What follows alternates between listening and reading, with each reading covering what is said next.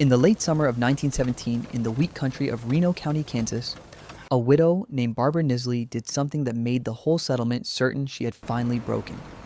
Behind every threshing machine in that county stood a mountain of straw. It was waste. It was the part of the wheat nobody wanted. Farmers bedded their horses in it. And when they had bedded all the horses they could, they set fire to it and stood back and watched a summer's worth of it burn off into the Kansas sky. Because there was nothing else to do with it. Barbara Nisley did not burn hers. She paid a threshing crew to run it through a hay press and squeeze it into wire-tied blocks. And then she began stacking those blocks, one on top of another, in the empty frame of the house her husband had died before finishing. She was building walls out of straw. They came from 3 miles around to look. Men leaned on the fence and worked their jaws and said nothing for a while and then said plenty. Straw is what you burn. Straw is what a mouse builds a nest in. Straw is what's left over. A single spark from that stove and she goes up like a match and the children with her. They called it the straw pile. They called it Barbara's haystack. The kindest thing anyone said was that she was grieving and it would pass by spring, and the church would take the children in and put up a proper house on that foundation when she came back to her senses. That winter, the coal train stopped running and the thermometer fell to 22 below, and one by one the stoves in that settlement went cold. And the men who had leaned on her fence and laughed came up her road in the dark, carrying their children wrapped in quilts to ask if there was room in the straw pile. Stay to the end and I'll tell you what happened to Barbara Nisley's idea afterward, because it is not what you expect and it is not what she deserved. If you like stories of forgotten skill, subscribe and tell me in the comments the coldest you've ever been. Barbara Nisley was 41 years old and she had not planned any of it. Her husband Levi had been a careful man. Not a fast man, careful. He spent 11 years renting and saving before he bought that quarter section south of the Yoder Road, and 2 more getting ready to build on it. In the summer of 1916, he finally started. He laid a good stone foundation with his own hands. He raised the frame, he bought the rafters and the shingles and stacked them in the yard under canvas. All of it cash, because Levi did not care for debt. What he had not yet bought was everything else. The sheathing, the siding, the lath, the plaster, the windows, the doors. That was next year's money. Next year's wheat. In August of 1916, on the Hutchinson Road, a team spooked at something nobody ever identified and put Levi Nisley under a loaded wagon. And there was no next year. So Barbara was left with a stone foundation, a bare frame standing open to the weather like the ribs of something, a pile of roof lumber under canvas, 3 children, and no money. Fanny was 13. Menno was 9. Lydia was 5. They spent the winter of 1916 in the tenant shack at the edge of the property, a 1-room board building with a tin stovepipe. And it was a bad winter and they got through it the way people did, which is to say badly but alive. Now, an Amish settlement does not let a widow starve, and anyone who tells you the plain people abandoned Barbara Nisley is selling you a story. The opposite happened. The community closed around her the way it was built to. They cut her wheat. They brought her flour and meat and a milk cow. The deacon came with the alms fund and Barbara took some of it and was grateful. And in the spring of 1917, Levi's older brother Reuben came down the road with his hat in his hand and made her the offer everybody had already agreed was the sensible one. Come live with us. There's room. The girls can share with our girls. Menno can work with my boys. We'll rent the quarter out and hold the money for the boy. It was a kind offer. It was the right offer. And Barbara said no. Here is why, and it matters, because it is the whole engine of what she did next. Rent the quarter out and it stops being Menno's. Not on paper. On paper, it stays his. But land that a family does not live on is land that gets talked about and then borrowed against and then divided and then sold. And a boy of 9 grows into a young man of 19 with nothing to start on and no ground under him. Barbara had watched it happen twice in her own family. Levi had spent 13 years getting his son a place to stand. She was not going to hand it back in exchange for a warm room in somebody else's house. She had to be living on that ground in the fall, which meant she had to have a house by the fall. And a house needed walls, and walls needed lumber, and lumber in Kansas in 1917 meant money she did not have and would not have. Because the roof, lumber in the yard was the last thing Levi's careful cash had bought. She had a frame with no skin. She had a roof with nothing to sit on. And she had, on that quarter section, after harvest, something in the neighborhood of 100 tons of the most worthless material in the state of Kansas. Now, where did the idea come from? Not from a book, not from a wise old grandmother in the old country. It came from a chore she had done every summer of her married life and never once thought about. The ice house. Every winter, the men cut ice off the creek and off the pond in slabs and hauled it in and packed it into a low building with double walls, and the packing was straw. Loose straw, stuffed and trodden down, all around the blocks and over the top of them. And in August, in the middle of a Kansas August, when the air outside the ice house door was over 100 degrees and the wheat stubble was shimmering, you opened that door and reached in and there was ice. Ice, in August, in Kansas, kept whole through 4 months of murderous heat by nothing in the world but straw. Barbara had handled that straw 100 times. And because she was the one who did the packing and the digging out, she was the one who noticed the thing the men never noticed, because they only ever came for the ice and left. She noticed the gradient. Straw an arm's length from the ice was cold and dry. Straw at the outside wall, 6 or 8 inches away, was warm to the hand. The heat of a Kansas August walked into that wall and it stopped. It did not get through, and once she had seen it there, she started seeing it everywhere. Snow lying on top of a straw stack days after it had melted off every roof in the county, because no heat was leaking up from underneath to melt it. The thresher's pile in February, frozen and glazed on the outside and still faintly warm and rank in the middle of it, holding on to August in the dead of winter. Straw is not strong. That was the men's whole objection, and it was also the men's whole misunderstanding. Barbara had never once thought straw was strong. What straw is full of AIR, every hollow stem, every space between the stems, 1,000 tiny still pockets, and still air is the best thing there is for stopping heat from moving. That is all an ice house is. That is all a straw stack is. The ice house kept the heat out. Turn it around and the same wall keeps the heat in. Nothing had to be invented. It only had to be turned around. She had a frame Levi had built. She had a roof to keep the water off. She had 100 tons of still air lying in a pile behind the thresher. Free. She told Reuben first. Reuben told her, carefully, the way you talk to someone at a funeral, that she was not well. Then it went through the settlement in about a day and a half. Abner Helmuth was the carpenter. He had framed half the houses and most of the barns in that district, and his word on building was the last word. And he did not like this at all, and to be fair to Abner, his objections were not stupid. He gave 3, and they were the correct 3. It will burn. 1 spark, 1 chimney fire, and there is no house and no children. It will rot. The first wet spring and the whole thing sours and slumps, and you are living inside a compost heap. It will be a rat's nest, and the rats and the mice will hollow those walls out from the inside, and you will never know until they come down. He said these things at the mill and in the yard after church, and men nodded, because it was 3 good objections from the man who would know. And underneath the 3 good objections was a 4th one that nobody said out loud, which was that a woman had no business building a house at all, and that, when it fell down, the church would have to build her a real one, and that Barbara Nisley was making work for other people out of stubbornness and calling it independence. In a community where being a burden is close to the worst thing you can be, that one had teeth. The bishop was Christian Yutzi, and it went to him because it always went to him. And what saved her was strange.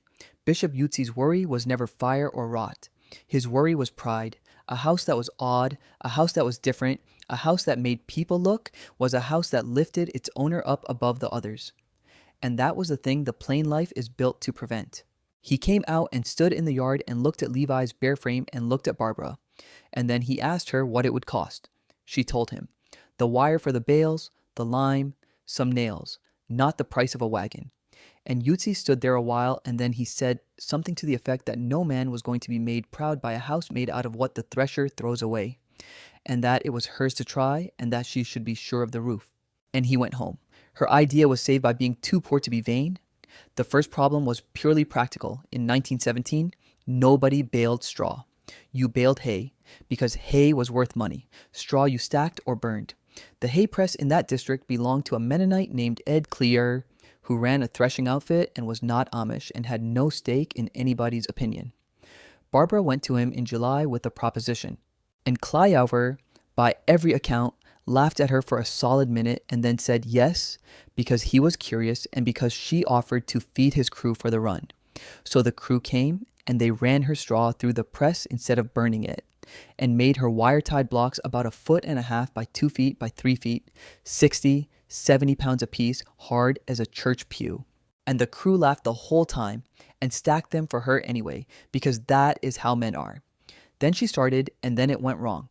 In September, she began stacking bales straight onto Levi's stone foundation, filling in between the posts of the frame, laying them flat and long like enormous bricks, each course overlapping the joints of the one below it the way a mason lays brick.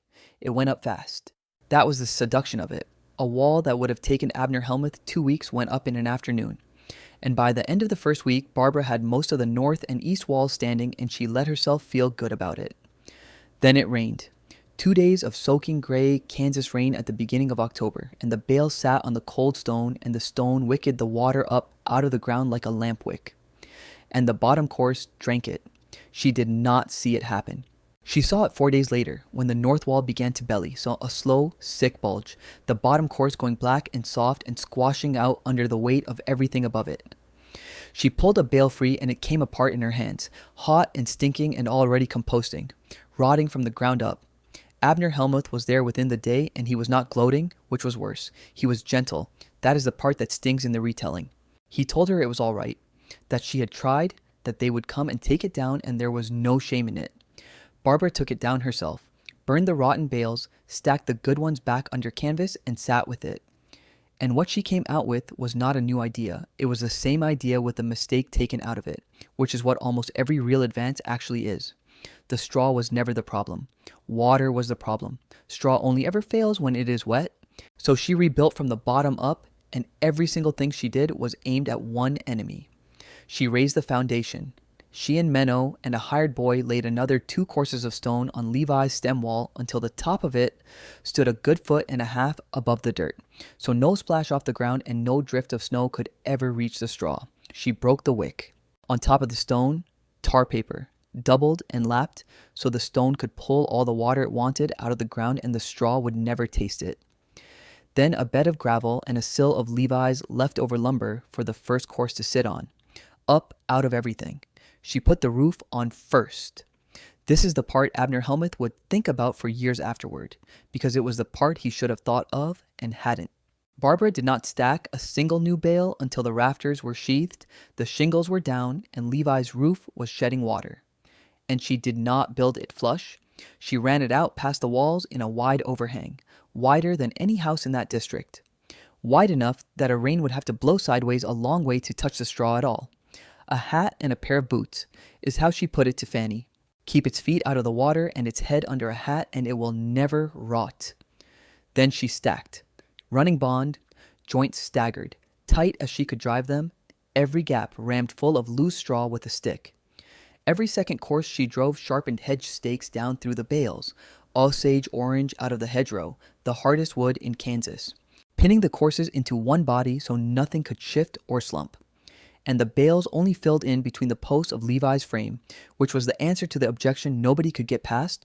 The straw was never holding the house up. Levi's frame held the house up. Levi's frame carried the roof the way it always had. The straw had exactly one job, and the job was to stop the cold. And then she plastered, and the plaster answered everything else. Lime plaster, mixed on the ground, troweled onto the straw in 3 coats inside and out. She pushed the first coat in hard, working it down into the stem so it grabbed and keyed. Let it set. Did it again and again until there was a skin of lime a good inch thick over every square foot of straw in that house. Sealed at the sill, sealed at the plate, wired at the corners with woven netting so it could not crack out. Now, take Abner's 3 objections, one at a time, and watch the lime kill them. The rats. A mouse cannot chew lime plaster. No gap, no seam, no soft edge, nowhere to start. The wall has no door in it. The rot, lime is not paint and it is not a seal. Lime breathes. Any dampness that ever does get into that wall can walk right back out through the plaster as vapor. The wall dries itself. That is exactly why she did not use anything tighter, and it is why those walls were still sound decades later. And the fire is the one that stops people, because it is so completely against intuition. A loose straw pile burns like a bomb. A bale compressed to 70 pounds and buried under an inch of lime does not burn, because fire needs air and there is no air in there to have. You can hold a torch to a plastered bale wall and it will scorch and blacken and sit there. The very thing everyone was terrified of was the thing straw was quietly best at. When it was done, the house did not look like a straw pile at all. It looked like a plain white Kansas farmhouse, and that was the strangest thing about it, because it was not shaped like a Kansas farmhouse. The walls were 2 feet thick. Every window sat at the back of a 2-foot well, deep as a church, and the sills were wide enough for a child to sit in. And Lydia and Fanny sat in them, and 40 years later, that is what Lydia would remember about her childhood, sitting in the window, inside the wall. They moved in November of 1917, and then the winter came, and it was not an ordinary winter, and it did not need any help from a storyteller to be terrible. December of 1917 went down as one of the coldest on record across the middle of the country. It set in early, and it did not break. And it came at the worst possible time, because the country was at war, and the railroads were snarled and choking, and the coal did not come. Understand what coal meant on the Kansas plains. There is no timber out there. There is no forest to go get. What a family burned came off a rail car at the depot in town, and everything about that arrangement depends on the train arriving. That winter, the trains did not arrive. Cars sat frozen in yards. What coal there was went to the war plants and the cities and the railroads themselves. By January of 1918, the fuel crisis was bad enough that the federal government was ordering factories east of the Mississippi shut down to free up coal. Out in Reno County, it was simpler and worse. You drove to the depot, and there was nothing there, and you drove home. So they burned what they had. They burned corn cobs. They burned hedge. They twisted hay into hard little bundles and fed them into the stove, and they burned in 90 seconds, and they twisted more. They burned fence posts. Men who had spent 15 years putting up that fence went out with an axe and burned it, a post at a time, and did not talk about it. And in house after house across that district, in frame houses with a single layer of pine siding and building paper and lath between a family and 20 below, it was not enough. It was never going to be enough. Those walls did not hold anything. You could stand 3 feet from a red-hot stove in a Kansas farmhouse that January and have frost in your hair. Every window in the county had a 1/4 inch of ice on the inside of the glass. Water buckets froze standing next to the stove. And then, in the 3rd week, the cold came down harder, 22 below, in the dark, with the wind running unbroken off 200 miles of open ground. And the stoves went cold. Not all at once, one at a time, in the smallest hours, when the last of the cobs went in and there was nothing behind them. Reuben Nisley's family came first, and the manner of it is the whole point of the story. Reuben, who had offered her his spare room, who had told her she was not well, put his wife and his 4 children in a wagon at 4 in the morning, and drove them 1.5 miles in 22 below dark to his dead brother's straw pile, and stood in the yard and knocked. And it was warm. That is the thing the people who were there could never quite convey afterward. Not survivable. Warm. There was a cook stove in the middle of that house, and it was burning straw and corn cobs. Barbara's own straw, the same worthless stuff the walls were made of which she had 100 tons behind the barn that had cost her nothing and that no one else on earth wanted. The one house in the county that did not need the coal train was the house built out of what the coal train's customers set on fire every August. There was no ice on Barbara Nisley's windows. No bucket froze by her stove. The children slept without their coats. When the wind got up in the night and everyone lay awake listening to it come across the wheat, you could hear it hit the house, and you could not feel it anywhere, and there was no draft to make the lamp flame lean. By the end of that week, there were 4 families in it, sleeping on the floor, in the loft, in the deep window wells. They put the babies and the 2 old people nearest the middle, and it turned out not to matter much where you put them, because the far corner of that house was nearly the same temperature as the near one. Abner Helmuth slept on the floor of the house he had promised would fall down by spring, and by every account, he did not sleep much. Sometime in that week, nobody agrees on the night, Abner asked her. He asked it plainly in front of people, which took something. He asked her how she had known. And Barbara Nisley, who was not a preacher and did not care to be, said 4 words and went back to the stove. The ice keeps till August. That was all. She never wrote anything down. She never gave a talk. She never explained it any better than that, and by every account she never needed to. Now, here is the part you are not expecting, and it is the part I promised you. It did not spread. Oh, it should have. Everybody in that house that January knew exactly what they were sitting inside of. 2 families built with bales in the next 2 years. One of them, Ed Cleaver, the Mennonite thresher, who was nobody's fool and had watched the whole thing from the beginning. Barbara showed anyone who asked the raised sill, the tar paper, the overhang, the hedge stakes, and the roof goes on first, always. She gave the whole thing away free to whoever came. But by the summer of 1918, the mockery was already growing back, the way it does. Men who had slept on her floor in January were calling it the straw pile again by July. Not cruelly, most of them, just easily. And then the war ended and the wheat price went where the wheat price went. And there was money in Reno County like there had never been money in Reno County. And when a man has money, he does not build his wife a house out of what the thresher throws away. He buys lumber. Lumber is what a house is made of. Lumber is what it means to have arrived. Straw was for people who had nothing. And after 1918, for a while, nobody had nothing. So it died. Not just there, everywhere. Unknown to Barbara Nisley, and this is true, settlers up in the Nebraska sandhills had been building the same walls out of the same worthless straw for 20 years already. For the same reason, no trees, no money, and a butler. She never heard of them and they never heard of her. And it died in Nebraska too. The same way, for the same reason. By the middle of the century, the whole idea was gone, filed away as something poor people used to do before they could afford better. It took until the 1970s for anyone to go back and look at those old Plains houses and notice they were still standing, still square, still dry, 70 and 80 years on, walls still sound under the lime. And when the engineers finally put a plastered straw bale wall on a test rig, the numbers came back the way Barbara Nisley's stove already knew they would. Insulation value somewhere in the neighborhood of 8 to 10 times a standard 1917 frame wall, and a fire rating better than the lumber everyone had chosen instead. Today, there are building codes for it. There is an appendix in the residential code with load tables and moisture details and a specification for the plaster. And every line of it is a thing a widow in Reno County worked out with her hands in one autumn because her son needed a place to stand. Her name is not in it. It was never going to be. Barbara Nisley lived in that house for 31 years. Menno got his ground and farmed it, and his children were born in that house and grew up in it.